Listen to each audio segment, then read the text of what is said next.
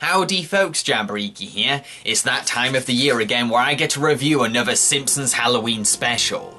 This year it's going to be Treehouse of Horror 6. So, let's dissect some creepy Simpsons stories. First up is Attack of the 50-Foot Eyesores. In this segment, giant commercial mascots come to life and start wrecking Springfield. Now, The Simpsons can be hit or miss when it comes to satire, but they really hit the nail on the head with this one. The story is a wonderful analogy of companies' dependence on public attention to keep in business, even if it means corrupting or ruining the world we live in. The satirical point is made even stronger when we later find out that the giants can only be stopped by distracting the public with a catchy jingle, further cementing the segment's jab at the tactics of advertising culture. There's also a terrific horror element to the episode. I always found the large man mascot quite creepy. Those big round eyes scowling at Homer look very intimidating, and the Godzilla roar adds a little spooky something.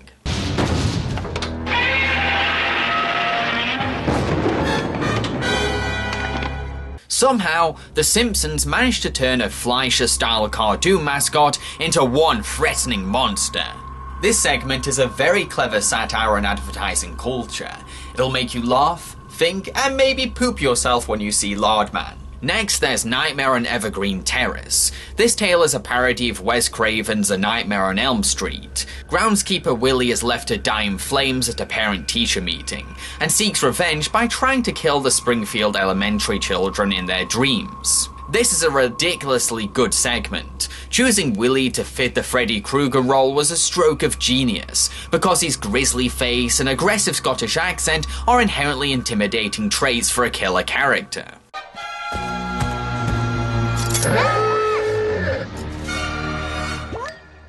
Glad to rake your acquaintance.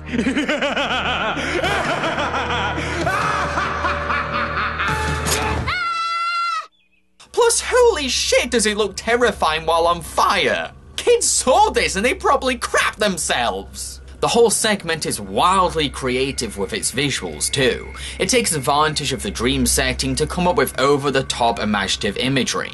Anything at all is possible, and the segment has a blast with the nightmare aspect. It's a thrilling joy seeing how Willie will kill next or what he'll transform into to frighten his victims. I also like that the segment is a bonding opportunity for the Simpsons kids, as they team up to take on the villainous groundskeeper in their dreams. It's nice when the three of them are given a story that develops their sibling relationship.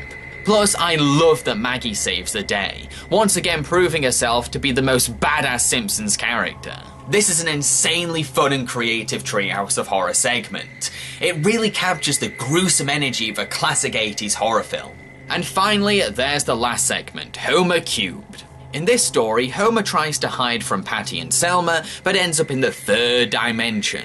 This story was bound to impress TV viewers at the time. It was made when CGI was in its infancy, and many months before Toy Story came out in cinemas. So audiences must have been blown away seeing a 3D Homer Simpson. However, I don't think that the episode has aged very well. The character animation for 3D Homer and 3D Bart looks a bit weird and awkward. They lose their distinct cartoony nature when translated into primitive CGI. The third dimension background is very boring and tacky too, looking like someone just threw a few basic shapes and models into a 3D software's canvas and made that the environment. Sure, the episode has a few funny moments.